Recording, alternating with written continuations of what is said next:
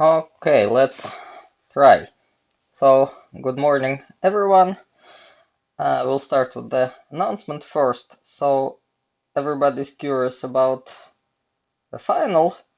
So, we will have a final. It will be probably a timed take-home style test. So, I'll send it to you at some point and then I'll give you 3 hours. And in 3 hours, you'll just have to upload it on Canvas. So we will have the final test whenever it's scheduled, whenever we would have it, if everything was normal. So, yep, so that's pretty much it. So let's start our virtual lecture. If you're watching it live on YouTube, you can type something in chat and I'll try to answer questions. If you're watching a recording, you can leave a comment under the video, or you can and definitely should hit the thumbs up button. Okay, so last time we achieved an important goal. We proved that if f is monotone, then it's differentiable everywhere, almost everywhere, with respect to the Lebesgue measure. So now we will prove a lemma that says that if f is monotone on, let's say, closed interval AB, then f prime is measurable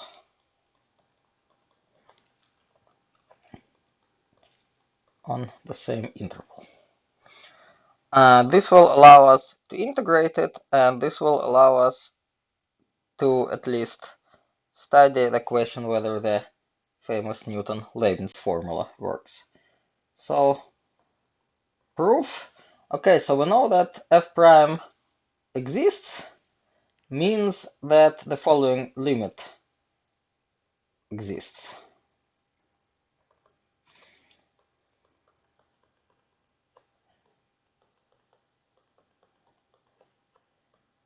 Divided by h, h goes to 0, and I need an x here. So this limit exists. The upper bar is equal to the lower bar, so lim sup is equal to lim in, so the limit exists. So this limit exists for almost every x. So let's look at a function like this. Let's call it, for example, phi n of x. So I'll write the same fraction without a limit, and I'll replace h by 1 over n.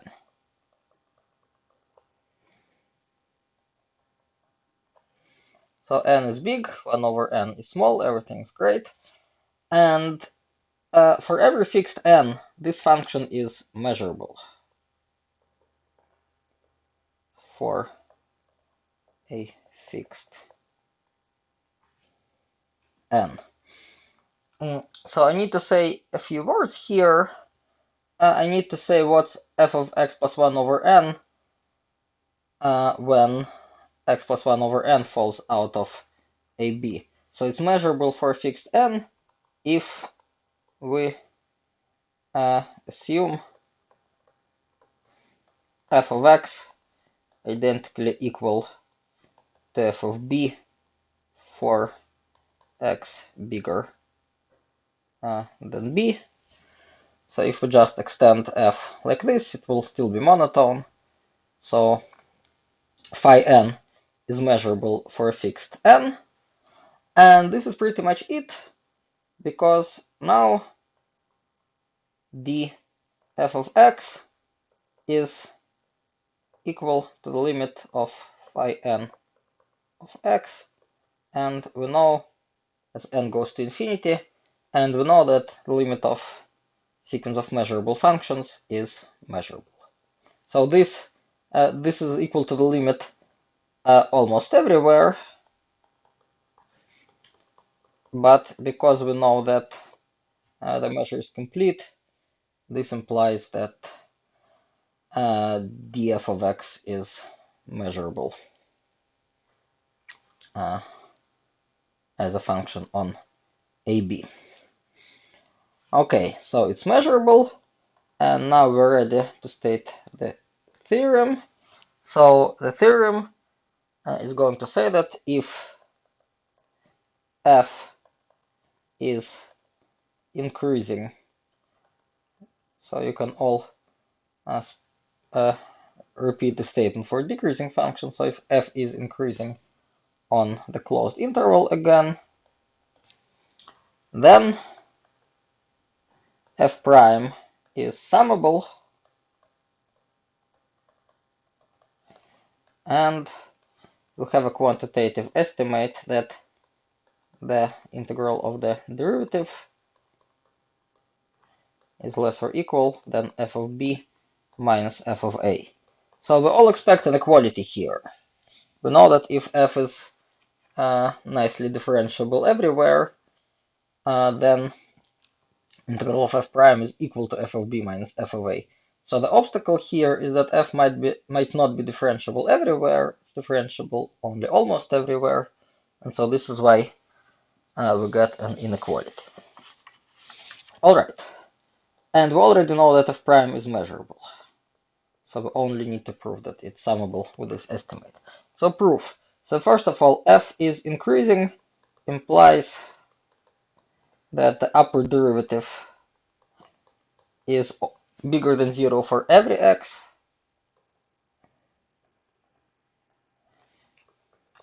in AB. And so whenever the derivative exists, it is equal to the upper bar, and so f prime of x is bigger or equal to 0 almost everywhere. So whenever it exists, it's non-negative. Okay, now again, we're going to look at the same phi n's, except that now we will denote them by d sub h of x. So it will be f of x plus h minus f of x divided by h. You know what? Yeah, okay. So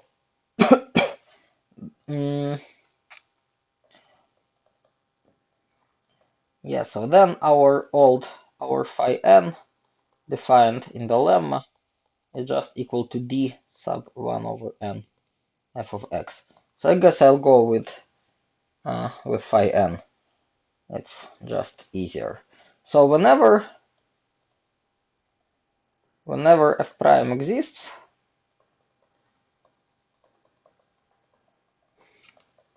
it's equal to the limit of phi n of x as n goes to infinity.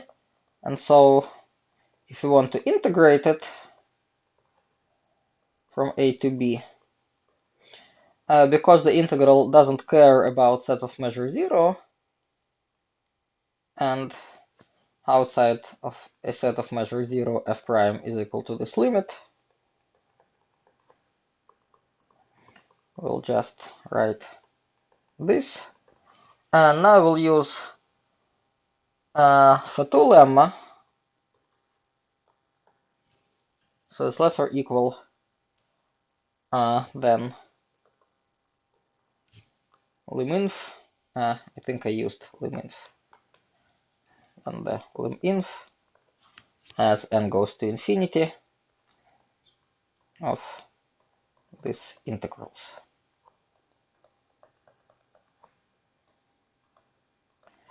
I shouldn't write x in the parentheses here. So just phi n dm1. Okay, and now I'll just explicitly compute this integral, or almost explicitly. So let's compute the integral of phi n dm1 from a to b with the same convention, with the convention that whenever x is bigger than b, we just assume that f of x is equal to f of b.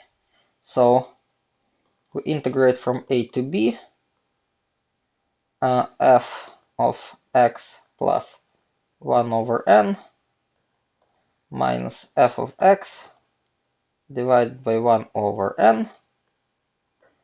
Now I'll write dm1 of x to emphasize that x is the variable. All right, and I can factor 1 over n out, so it will be n times the integral over ab f of x plus 1 over n minus f of x dm1 of x. Now I'll split this integral into the difference, and theoretically I should be careful about it, because individually f of x plus 1 over n and f of x might not be integrable, but along the way, or summable, but along the way we'll see that they are. In particular, f is defined on a closed interval and it's increasing, so it's just bounded by f of b. So it is actually summable.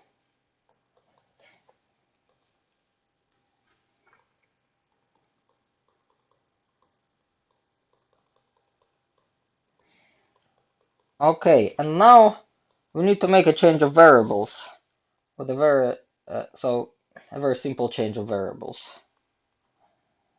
So right here we will make a shift. We'll make a u substitution like this, and it's very easy to check that dm1 doesn't change, just as in the Riemann case, and the integral will be shifted. So now we have an integral from a plus 1 over n to b plus 1 over n f of x dm1 of x minus integral this. And yeah, so this is actually an exercise so I need to write u here formally. So it's actually an exercise that nothing changes right here in the first integral, so dm1 of x goes to dm1 of u, but that's not a hard exercise, so I'll leave it to you. And now we see that this integral, let's see if I can change the color. Yes, so this integral and this integral, they're almost the same, except that in the first one we're integrating over a shifted interval. So if we split this first integral into the integral over a plus 1 over n to b plus an integral from b to b plus 1 over n, we will see that, and then we split this integral into the integral from a to a plus 1 over n plus the rest. We will see that this one and this one are the same and they'll cancel out. So what will remain is this integral with a plus and this integral with a minus. Okay, so I'll just continue. Okay, so what remains is this.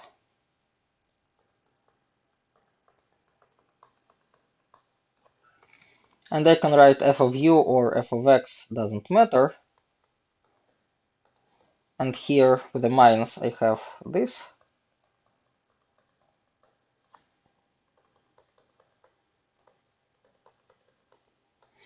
Okay, now this first one, this integral, we're actually integrating a constant, because remember our agreement that we're extending f we're just setting f equals f of b whenever the argument is bigger than b.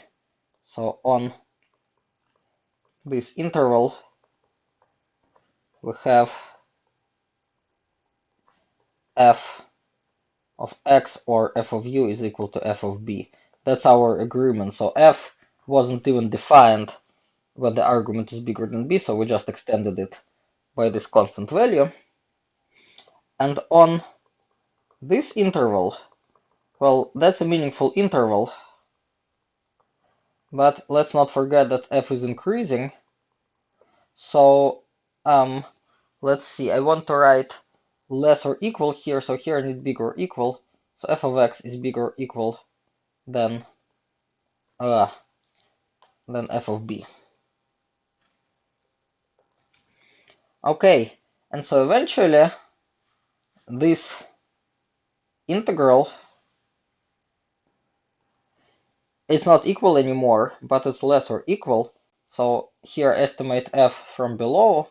I have a minus right here. And so I honestly got less or equal n times what? Times f of b times the length of the interval, which is 1 over n, minus f of a times the length of the interval, which is 1 over n, and n cancels out everywhere, and hooray, hooray, we get f of b minus f of a. So we win. So this was surprisingly not such a simple proof. Okay, but we're done, and notice that we made an estimate twice. So our first estimate was at the very beginning, right here. We used Fatou lemma, which requires us to write less or equal. And then our second estimate was here. So this estimate is not so important, because on this interval from a to a plus 1 over n, f basically goes from f of a to f of a plus 1 over n, and because f is more or less continuous, or at least monotone, we know that when n goes to infinity, f should get close to f of a. But this Fatou lemma estimate was significant, so we don't always get an equality. So there is an example, or I don't want to say that it's counterexample, it's an anti-example, that f being monotone is important. So there is this very famous function that you'll see a lot if you open some of the past qualifiers. You'll see a version of this function there. So this function is not monotone. So f prime exists whenever, wherever, on 0, 1 or on minus 1, 1. F prime exists, and f of 1 minus f of 0 is certainly less than infinity, but f prime is not summable.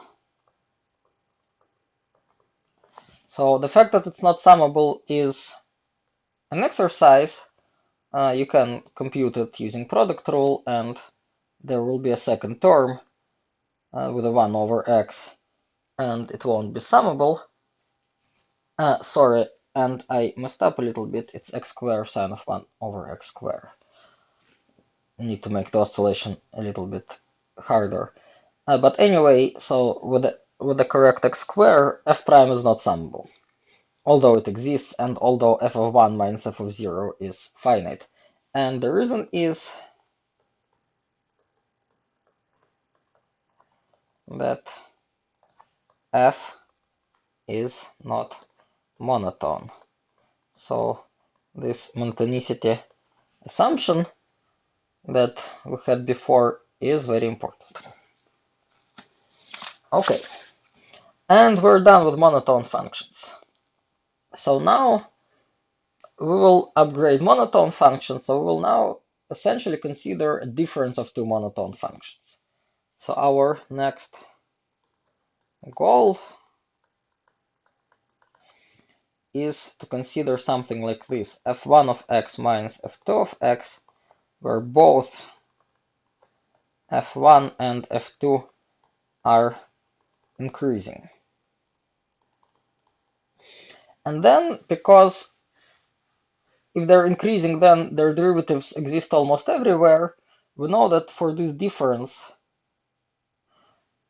so its derivative also exists almost everywhere, although f1 minus f2 is not monotone. So this will be an improvement. But we will start with a definition that doesn't hint so much that we're defining a difference of two monotone functions, but we'll get to that. So the topic is called total variation. Okay, so we assume f is defined on the closed finite interval. F itself is finite, and we'll take a partition of this interval. Or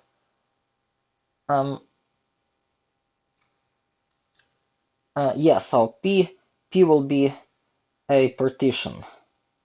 So sorry, I'll erase the big bracket. So P is just a sequence of xj's for finite j's such that A is equal to x0 is strictly less than x1, x1 is strictly less than x2, and so on, and then strictly less than xn, which is equal to b. So the picture is we have an interval AB, and we put x0 here, we put xn here, and then we just stick xj's in between. So this will be x1, x2. It shouldn't be uniform in any sense. The interval comes back, so we can have a huge gap here, and then we can have a cluster, and then something like this. So that's also fine. And then we'll denote the variation, of f over the partition P. It will be equal to this sum.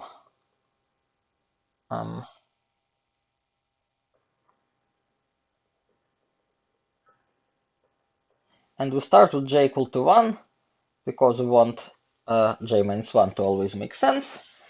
So this v of fp kind of measures how f oscillates over this partition.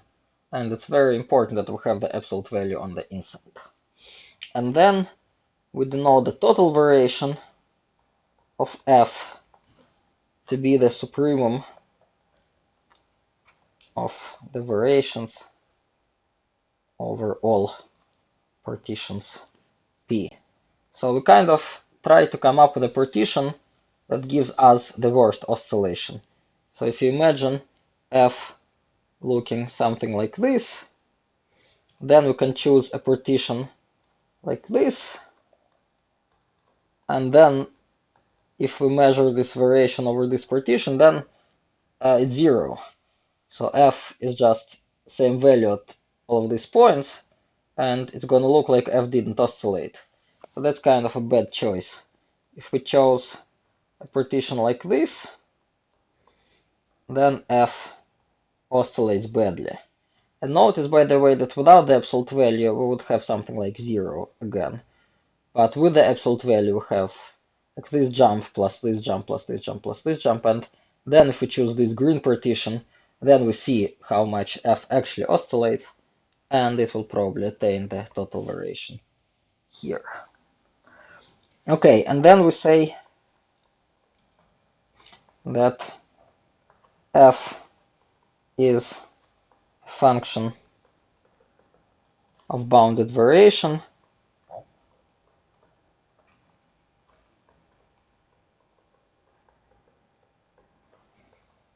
if dv of f is finite.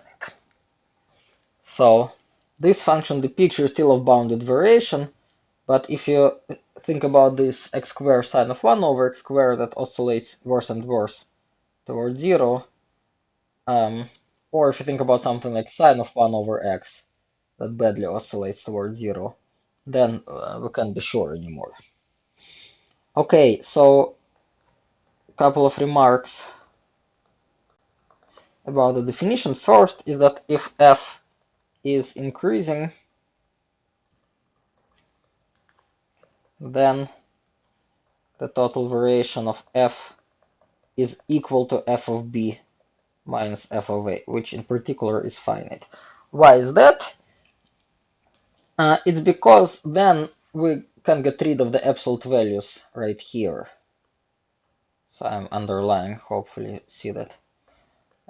You see what exactly I'm underlying. So if f is increasing, then f of xj is always bigger or equal than f of xj minus 1, and we get a telescoping sum there. And so we just get it for any partition, the variation is less or equal than f of b minus f of a, and then we can just take a very simple partition that just consists of 2 points a and b, so only x0 and x1, and this obviously attains f of b minus f of a. So there is an equality right here. So this is attained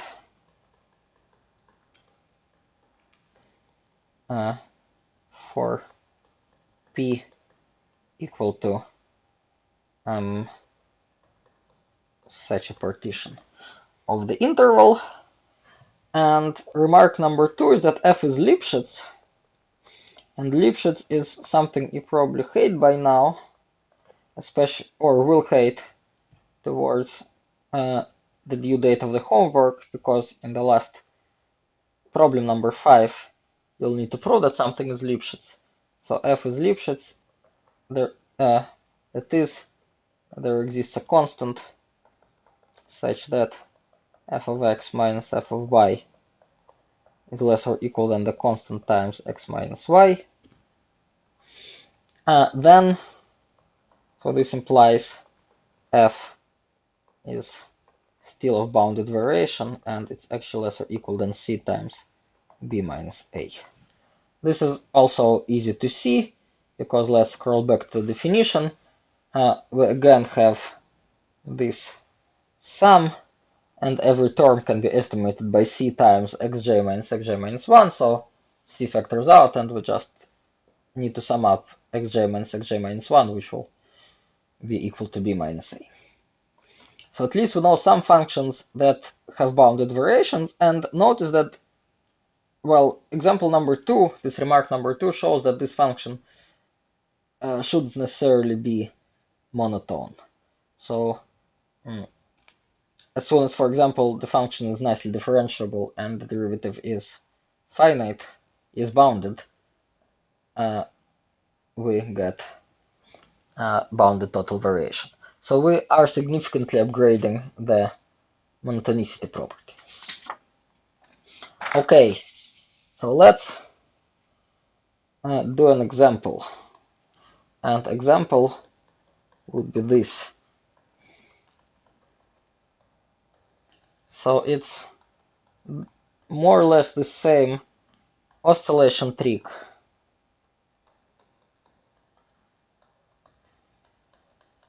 With a little bit of rescaling in the cosine and without the squares.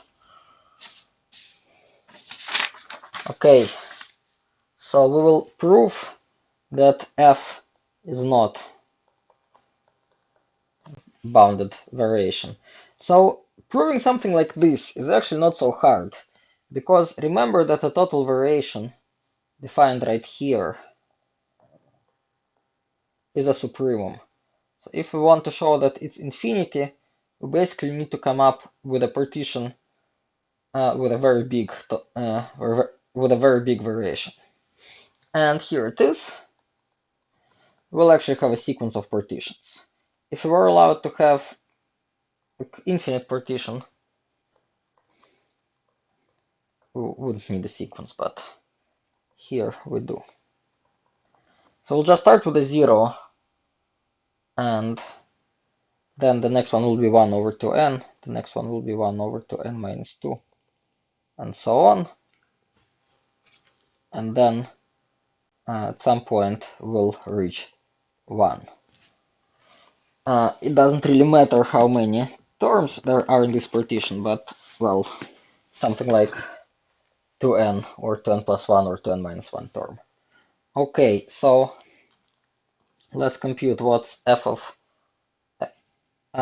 okay, so let's see. So this will be x0, this will be x1, this will be x2, this will be x3, and so on, and this will be x sub little n. So you can easily compute little n in terms of big N, but I don't care. So let's start with f of xn minus f of xn minus 1. So it's f of 1 minus f of 1/2.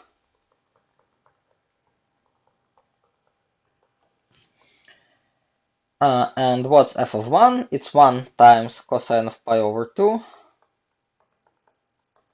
minus 1/2 times cosine, you'll be surprised, of pi, and this is 1/2. Then what's f of xn minus 1 minus f of xn minus 2?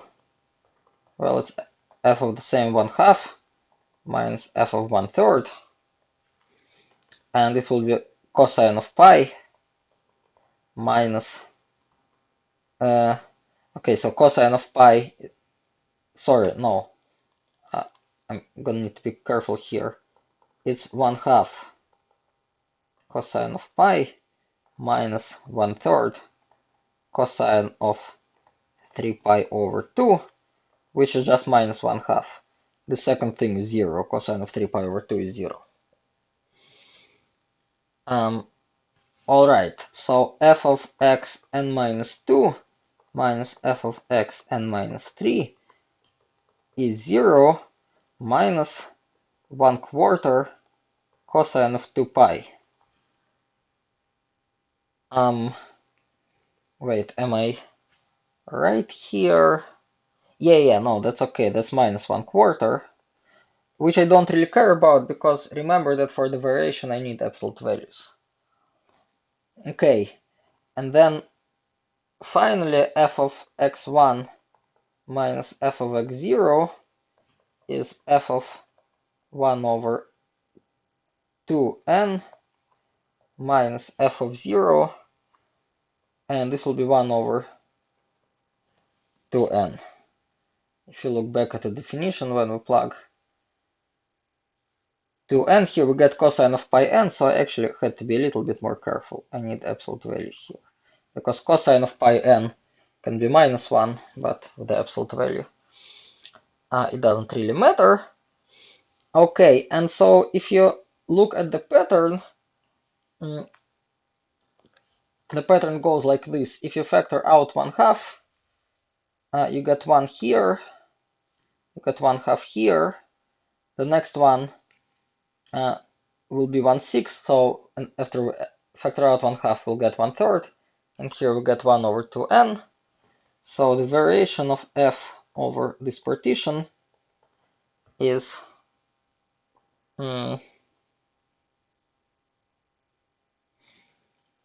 okay, let's see.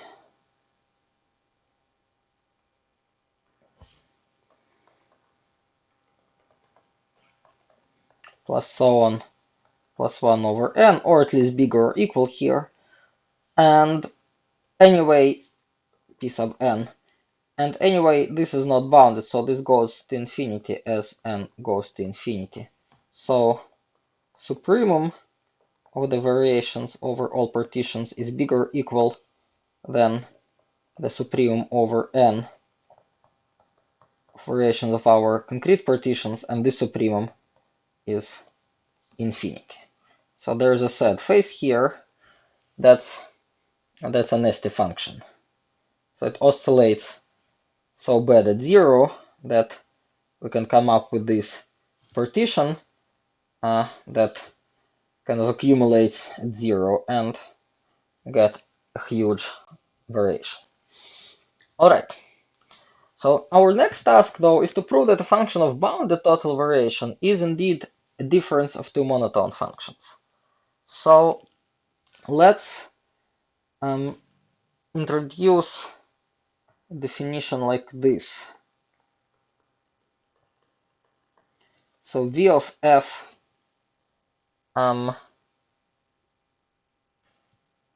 okay, hang on a second. I will just do total variation.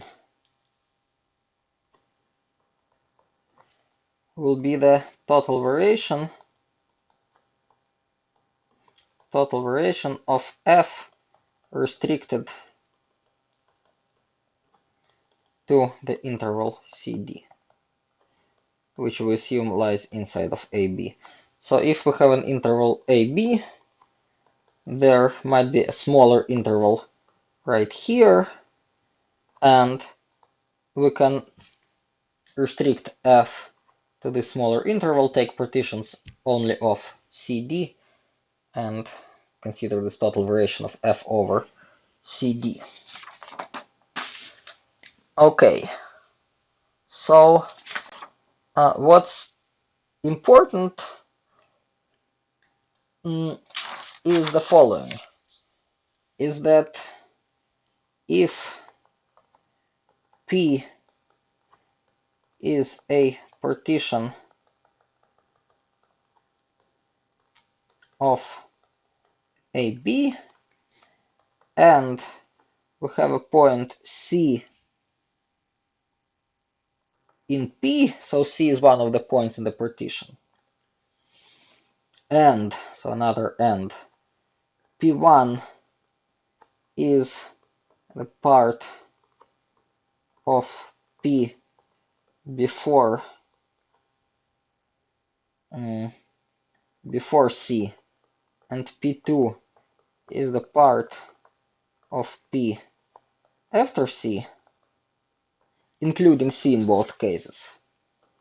Then, if we take the variation of f restricted to AC with respect to P1, which is okay because P1 starts with A and ends at C, so that's okay.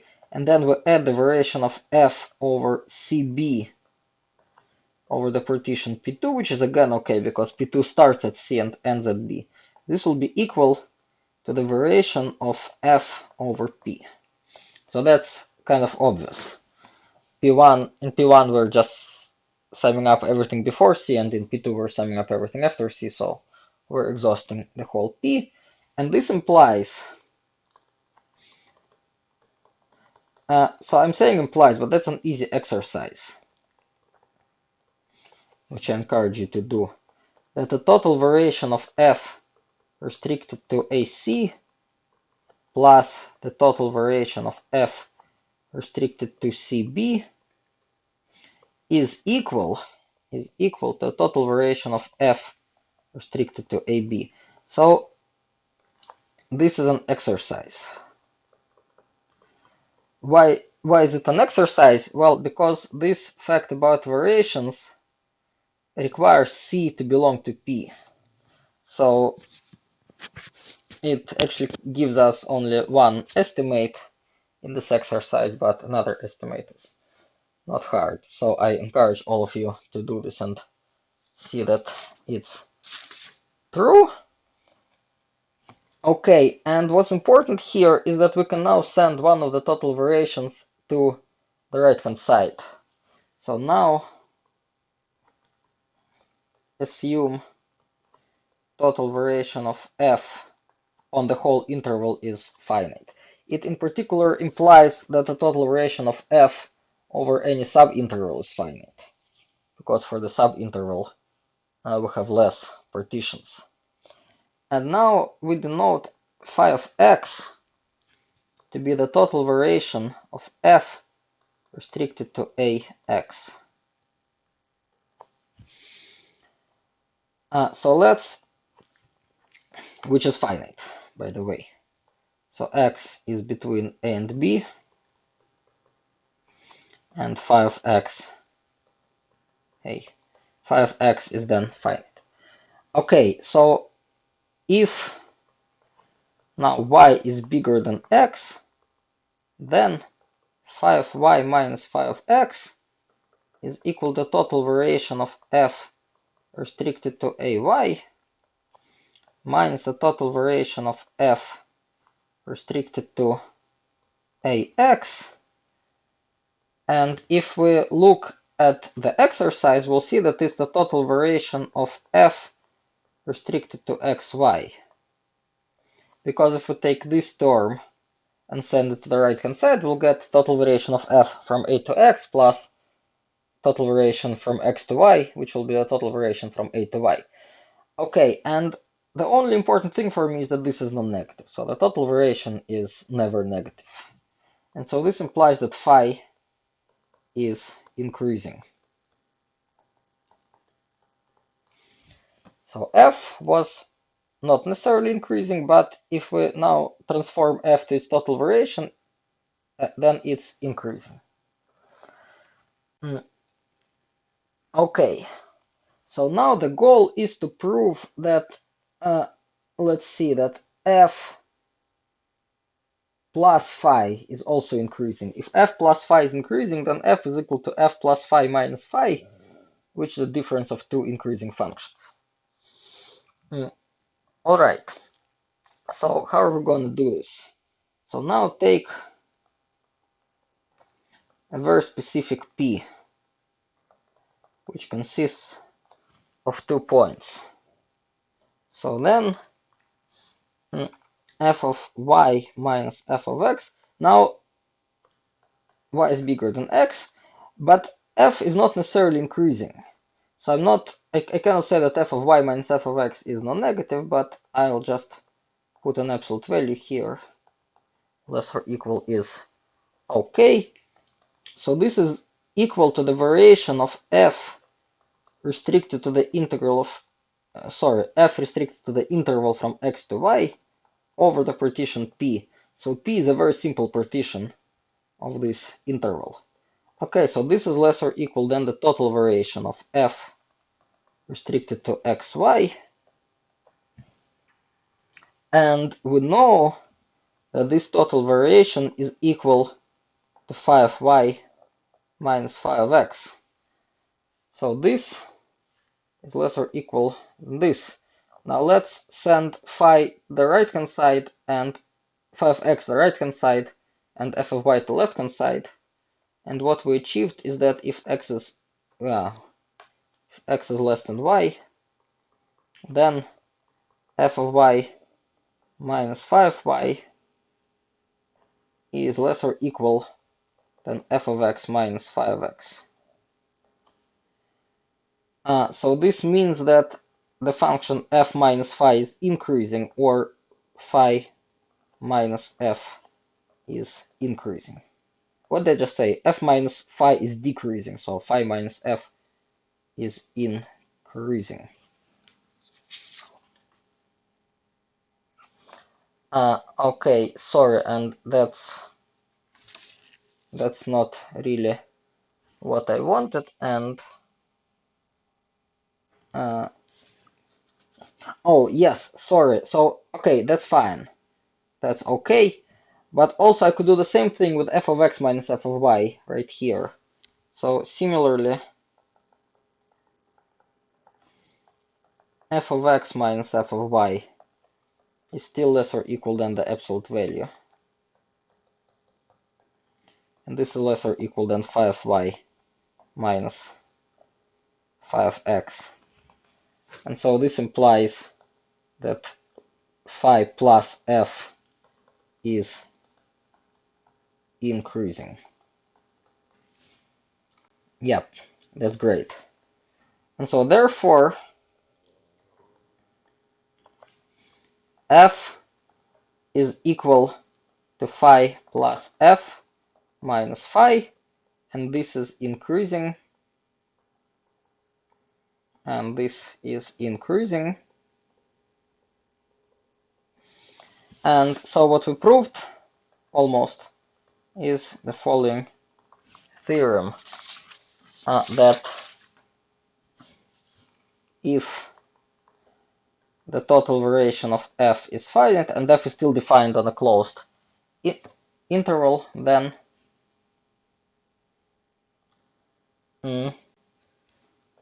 f is a difference of two increasing functions. In particular, because an increasing function is almost everywhere differentiable, f prime exists almost everywhere, and it's also measurable almost everywhere, and it's also summable.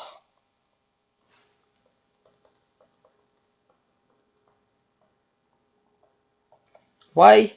Because we know that the derivative of this fellow is summable, and the derivative of this fellow is summable, and difference of two summable functions is summable.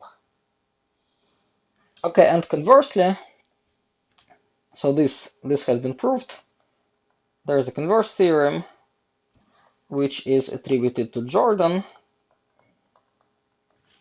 that says that if f is a difference of two increasing functions are increasing, then the total variation of f is less than infinity. And this is almost obvious. Let's prove it, and I guess we'll call it a day. So I'm probably going way faster virtually than really. So let's take any partition, and the variation is equal to this.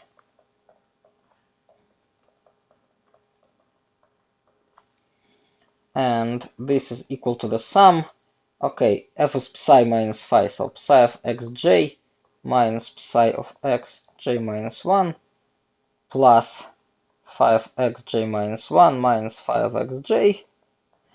And now absolute value of the sum is less or equal than sum of absolute values. So we have this absolute value closed plus the same for phi. And absolute value doesn't care about the sign, so I can